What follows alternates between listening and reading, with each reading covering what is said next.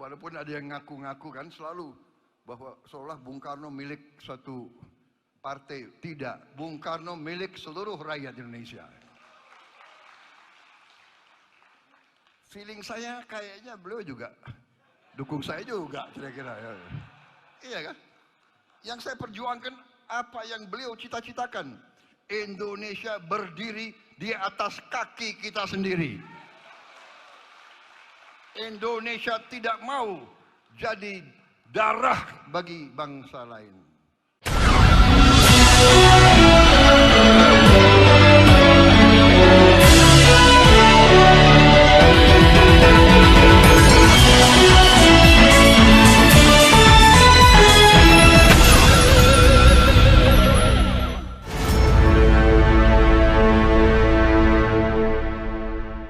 Halo, Assalamualaikum warahmatullahi wabarakatuh. Saya Hersman Arif dari Forum News Network. Presiden terpilih Prabowo Subianto menyindir PDIP yang sering mengaku-ngaku dan mengklaim bahwa Presiden Soekarno, Presiden RI yang pertama dan biasa dipanggil Bung Karno itu sebagai milik salah satu parpol. Padahal kata Prabowo, Presiden Soekarno itu milik seluruh rakyat Indonesia. Jadi tidak bisa diklaim oleh satu partai saja. Bahkan ini yang cukup mengejutkan, meskipun itu dengan ada bercanda, Prabowo menyatakan bahwa dia terpilih menjadi Presiden ke-8 itu juga atas dukungan dari Bung Karno. Termasuk juga dari presiden-presiden lain seperti Jokowi, SBY, dan juga Pak Harto. Jadi saya cerita sedikit, karena ini mungkin menarik. Jadi dalam hidup saya angka 8 ini muncul terus. Jadi suatu saat, waktu saya masih kapten di tentara, kita diberi sandi. Nama kita diganti Sandi. Ya. Nah karena dulu mungkin tentara Indonesia banyak sekali orang Jawa, ya kan, kayaknya dominasi Jawa kan dulu tentara itu. Jadi nama Sandi selalu pakai bahasa Sanskerta. Yang oleh orang luar Jawa dianggap bahasa Jawa, ya kan? Jadi coba kalau tiap komandannya orang Jawa kalau berangkat operasi namanya pasti dipakai operasi Parikesit atau operasi Arjuna atau operasi Pandawa. Sandi pun dipilih selalu nama-nama seperti itu, ya kan? Gatot Koco, Satuan Tugas Bima. Satu saat waktu saya kapten, komandan saya orang Batak, namanya Pak Luhut Panjaitan. Dia bilang, "Wah, apa ini? Tentara kok selalu pakai bahasa Jawa." Kita rubah sandi-sandi kita sekarang pakai angka. Siap, komandan, saya bilang.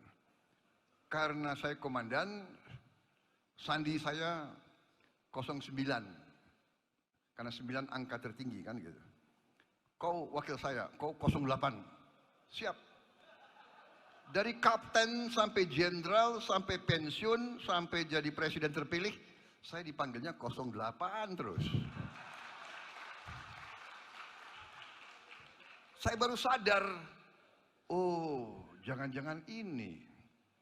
Mungkin ada sesuatu kekuatan yang beri saya angka 8, akhirnya saya jadi presiden ke-8. Kan begitu. Coba beliau bilang, wah kau 07. Siapa tahu aku jadi presiden ke-7 kan. Tapi akhirnya saya terima, oh benar-benar. Jadi setelah saya jadi presiden ke-8, ya insya Allah ini Oktober, artinya saya bisa belajar dari presiden-presiden sebelum saya, kan begitu. Sekarang saya merasa di belakang saya ini, ya kan, kekuatan besar, PAN terus setia. Tapi di balik itu, saya merasa ada 3 presiden yang mengendorse dan mendukung saya. Pertama tentunya, udahlah nggak usah malu-malu Presiden Jokowi, ya kan? Apalagi, benar nggak? Nggak wajar itu, kenapa?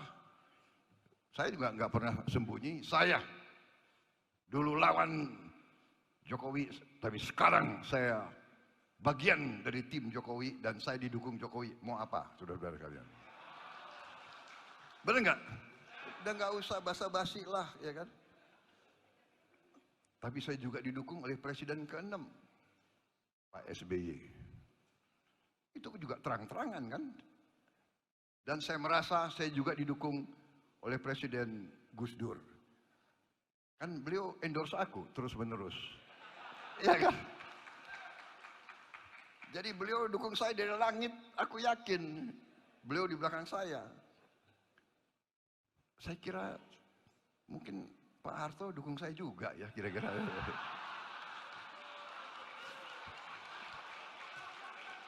Pak Presiden loh. Walaupun ada yang ngaku-ngaku kan selalu bahwa seolah Bung Karno milik suatu partai. Tidak, Bung Karno milik seluruh rakyat Indonesia. Feeling saya kayaknya beliau juga dukung saya juga kira-kira ya. Iya kan? Yang saya perjuangkan apa yang beliau cita-citakan. Indonesia berdiri di atas kaki kita sendiri. Indonesia tidak mau jadi darah bagi bangsa lain. Kan demikian. Jadi saya terima kasih.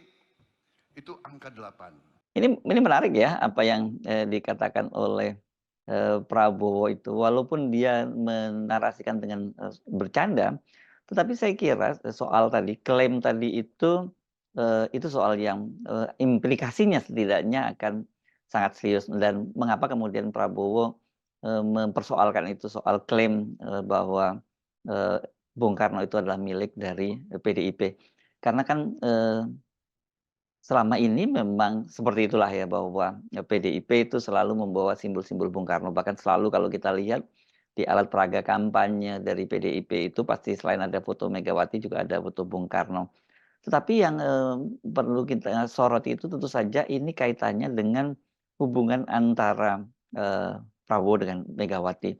Apakah ini sebagai tanda-tanda bahwa hubungan mereka itu sekarang ini sudah tidak bisa diperbaiki lagi sehingga kemudian terucap pernyataan Prabowo semacam itu. Kenapa? Karena selama ini kan kalau kita mencermati bagaimana soal hubungan antara Megawati dengan Prabowo dan kemudian ada keinginan dari Partai Gerindra untuk menarik PDIP ke dalam gerbong koalisi pemerintah, itu kan dan kemudian dinyatakan oleh mereka bahwa ada upaya mempertemukan Prabowo dengan Ibu Megawati.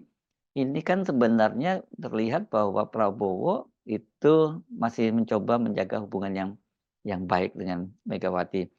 Bahkan kita juga tidak pernah mendengar ucapan langsung dari Prabowo soal ini, soal dia tidak bisa berhasil bertemu dengan Ibu Megawati itu. Yang muncul hanya pernyataan-pernyataan dari para petinggi Partai Gerindra, dan itu pun tone-nya itu dengan tone yang positif gitu, yang masih dicari waktu yang tepat dan sebagainya, dan hubungan antara Ibu Megawati dan Prabowo itu selama ini cukup baik dan seperti itulah. Kelihatan sekali bahwa politisi Gerindra pun itu tetap mencoba menjaga hubungan baik dengan Megawati, kendati upaya mereka untuk mempertemukan Megawati dengan Prabowo itu tidak selalu berhasil. Jadi agak mengejutkan menurut saya kalau kemudian Prabowo sekarang ini secara terbuka menyatakan hal itu, meskipun sekali lagi dia tidak menyebut nama PDIP secara langsung. Tapi itu dengan mudah ditafsirkan dan tidak boleh tidak ini ya bisa ditetapkan sebagai serangan personal dari Prabowo yang disampaikan kepada publik untuk yang pertama kalinya. Apakah ini berarti sinyal bahwa memang pada akhirnya Prabowo itu berusaha melupakan keinginannya untuk menggandeng PDIP di dalam pemerintahan? Karena kalau kita lihat dari sikap PDIP itu sangat terlihat bahwa ya mereka itu tidak lebih banyak menginginkan menjadi koalisi ketimbang bergabung dengan pemerintahannya Prabowo Gibran. faktor Gibran, saya kira, dan faktor Jokowi inilah yang menjadi penghalang sangat besar bagi Megawati untuk bertemu dengan Prabowo, dan apalagi kemudian memutuskan bergabung dalam pemerintahan Prabowo dan Gibran bin Joko Widodo. Nah, mungkin ini Prabowo juga sudah sampai pada satu kesimpulan, kelihatannya tidak mungkin. Jadi ya sekarang ini waktunya untuk melupakan PDIP. Tapi apakah dengan begitu harus memberikan serangan secara personal kepada PDIP dan Megawati yang mengklaim atau mengaku-ngaku memiliki satu-satunya pemilih sah dari Bung Karno.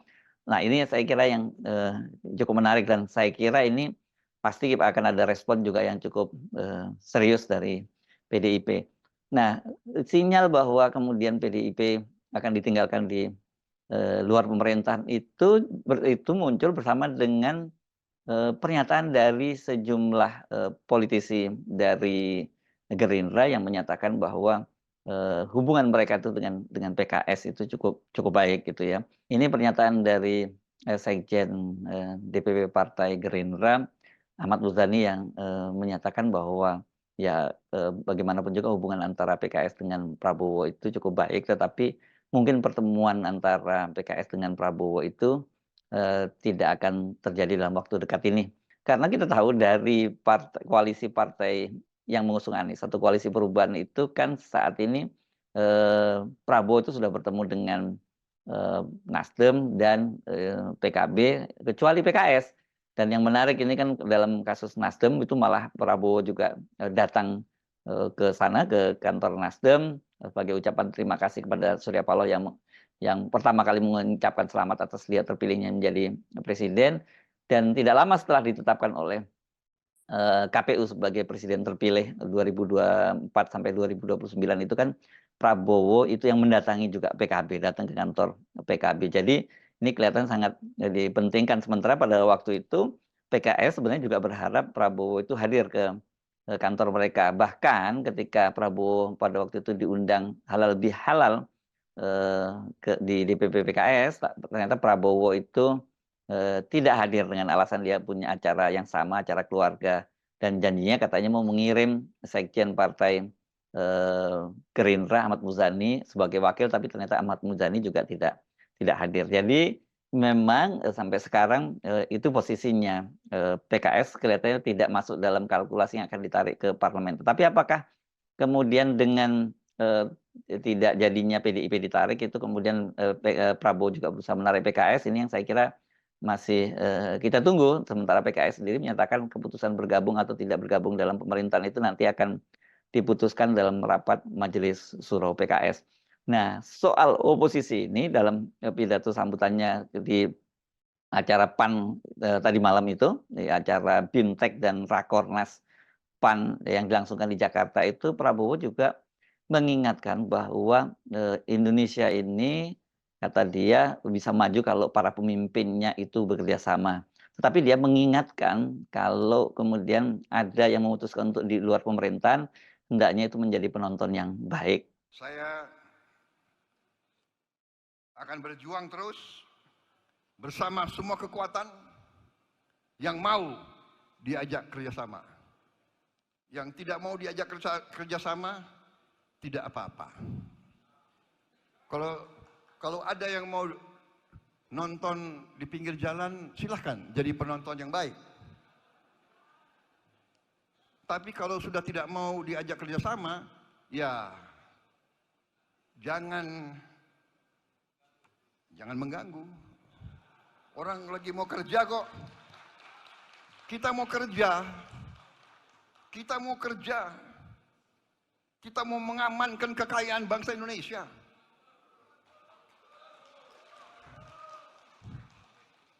Kita mau hilangkan kelaparan. Tidak boleh ada orang Indonesia yang lapar. Tidak boleh ada anak-anak Indonesia yang nangis karena tidak makan. Tidak boleh. Saya yakin saudara tidak terima. Saya malu. Saya dikasih pangkat jenderal oleh rakyat. Saya dipilih oleh rakyat.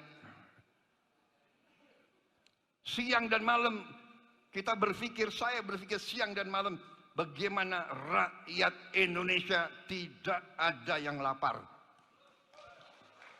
Karena itu dari dulu, swasembada pangan, swasembada pangan, kita perlu swasembada pangan.